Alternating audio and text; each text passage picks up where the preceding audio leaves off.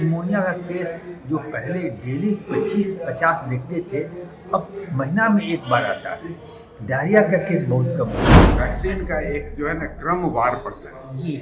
और उस क्रमवार में कहीं त्रुटि ना हो, उसको किस तरीके से दिया जाए, ये सब प्रशिक्षण के तहत दिया जाता है। इसमें डे टू डे प्रैक्टिस में हमको जो भी तकलीफें आती हैं या जो भी दिक्कत आती हैं, उन सब का समाधान हम मिल करके इस टीओटी के तहत उठाते हैं। ये बिहार के लिए प्रेसिडेंशियल एक्शन प्लान जो हम लोग का नेशनल जो बॉडी है, इंडियन एकेडमी ऑफ पेडियाट्रिक, यह हर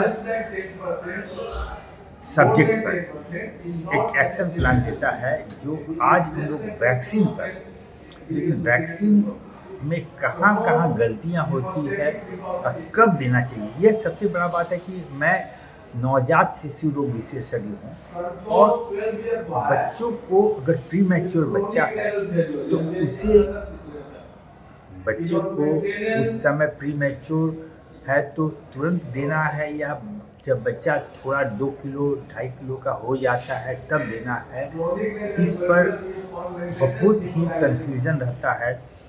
और अभी ये बात है कि 0 डोज माने अब ये है कि बच्चा समय से पहले है या समय पे है, उसको उसी समय माने बच्चा समय से पहले भी है तो अगर बच्चे को कोई ज़्यादा सीरियस नहीं है, बच्चा स्टेबल है, तो उसको हम लोग डिले नहीं करेंगे। क्योंकि अगर बच्चा को इम्यूनिटी के कारण अगर वैक्सीन नहीं पड़ा और उसके कारण उसको निमोनिया हो गया, उसको पोलियो हो गया, चाहे उसको डिप्थीरिया हो गया, तो वो सबसे बड़ा हम लोगों के लिए एक खराब बात होगी और पेरेंट्स के लिए भी खराब होगी। तो अब क्या है कि हम लोग आज ये सब किसी को बताए हैं कि 0 डोज यानी बच्चा को होते ही जो पहला वैक्सीन जो पूरा महीना में पड़ता है वो समय से पहले भी है। अगर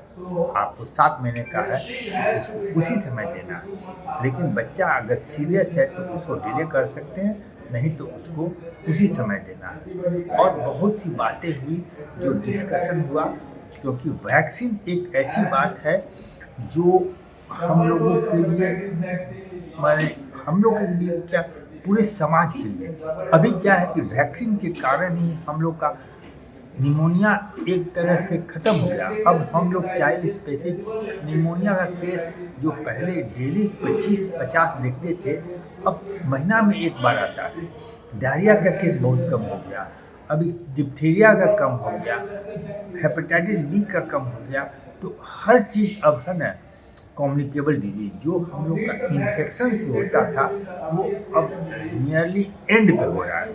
अब है हम लोग यह अभियान चलाते रहेंगे तो हम लोग पूरी तरह से अपने बच्चे को और समाज को पूरी तरह से स्वस्थ रख पाएँ। किस तरह से शेड्यूल जो होता है, जो बच्चा का होते ही पहला दिन 24 घंटे के अंदर उसको 0 डोज करते हैं। उसमें हम लोग पोलियो का ड्रॉप देते हैं, BCG और हेपेटाइटिस बी, ये 3 हम लोग शुरू में देते हैं।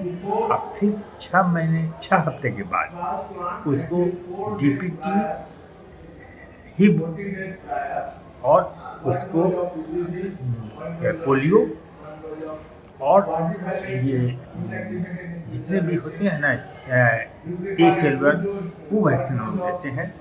और उसके बाद हर ये बहुत बड़ा जो शेड्यूल है वो गवर्नमेंट में भी है, प्राइवेट में भी हम लोग उसी तरह से। आईएपी प्रेसिडेंशियल एक्शन प्लान के तहत वैक्सीनोलॉजी वर्कशॉप है।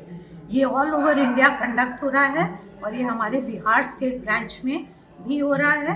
पूरे बिहार से जो प्रैक्टिसिंग पेडियाट्रिशियंस हैं वो सब यहाँ पे आए हैं, इसलिए कि वो अपने नॉलेज को अपडेट कर सकें। वैक्सीनेशन पीडियाट्रिक्स का एक अहम हिस्सा है और इसमें डे टू डे प्रैक्टिस में हमको जो भी तकलीफ़ें आती हैं या जो भी दिक्कत आती हैं, उन सब का समाधान हम मिल करके इस टीओटी के तहत उठाते हैं। ये प्रोग्राम बहुत ही अच्छी तरह सेंट्रल आईएपी द्वारा डिज़ाइंड है और इसको कोऑर्डिनेट करते हैं वो लोग जो यहाँ के ट्रेनर्स हैं। तो ये प्रोग्राम जो है अभी ये IAP Bihar state branch host कर रहा है अपने बिहार के सभी मेंबर्स के लिए। आईएपी प्रेसिडेंट 2026 डॉक्टर निगम प्रकाश नारायण सर यहाँ बैठ कर के मौजूद हैं और वो पूरे प्रोग्राम का संचालन देख रहे हैं। मैं डॉक्टर रश्मि अग्रवाल आईएपी बिहार की सेक्रेटरी यहाँ पर इस प्रोग्राम के संचालन में एक अहम हिस्सा निभा रही हूँ। हमारे प्रेजेंस में यहाँ पे डॉक्टर श्रवण कुमार जो कि आईएपी के पास प्रेसिडेंट हैं वो भी मौजूद है। और सबसे खुशी की बात यह है कि गेस्ट फैकल्टी हमारे साथ जो इस प्रोग्राम के लिए हैं वो हैं डॉक्टर रुचिरा महेश्वरी गुप्ता जो नोएडा से आई हैं और वो नेशनल आईएपी की सेक्रेटरी एक इलेक्शन के द्वारा चुनी गई है।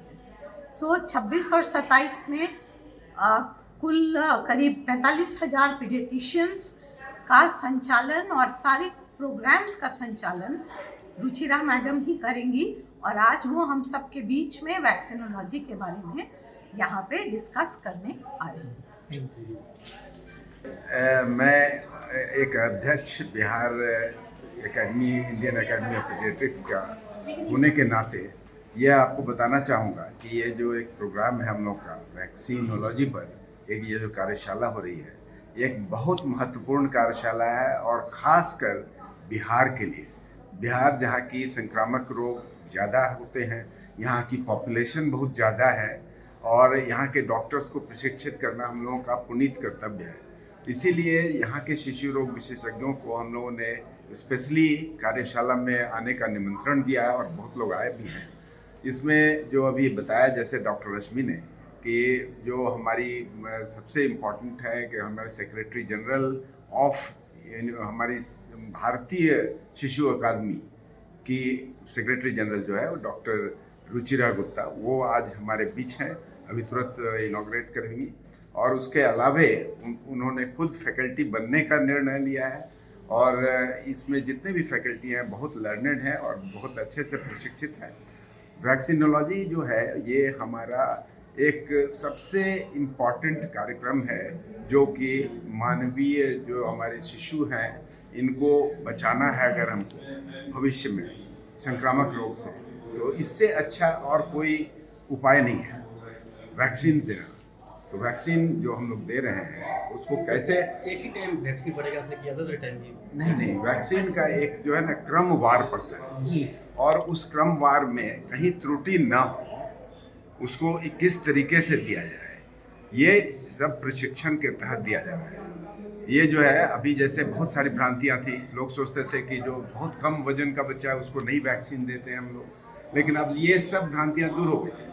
अब हर उम्र के बच्चे, हर जो वजन के बच्चे और चाहे वो कितना भी प्रीमैच्योर पैदा हो फिर भी उनको वैक्सीन देना है। तो ये नई जो क्रांति आई है सोचने में हम लोगों के आफ्टर थॉरो रिसर्च पूरी तरह जो है हम लोग का अन्वेषण के बाद ये चीज़ हम लोगों ने पाया कि सभी लोग जो है सभी बच्चों को वैक्सीन बहुत ज़रूरी है, चाहे वो कितना भी कम वजन के क्यों ना हो, चाहे वो किसी NICU में क्यों ना रहें। अगर उनकी उम्र 6 वीक हो गई हो तो 6 वीक पर जो होना चाहिए वैक्सीन वो पड़ेगा। तो ये सब जो है जानकारियाँ हम लोग यहाँ अभी शेयर कर रहे हैं अपने बीच और ये एक बहुत बड़ा कदम है बिहार स्टेट IAP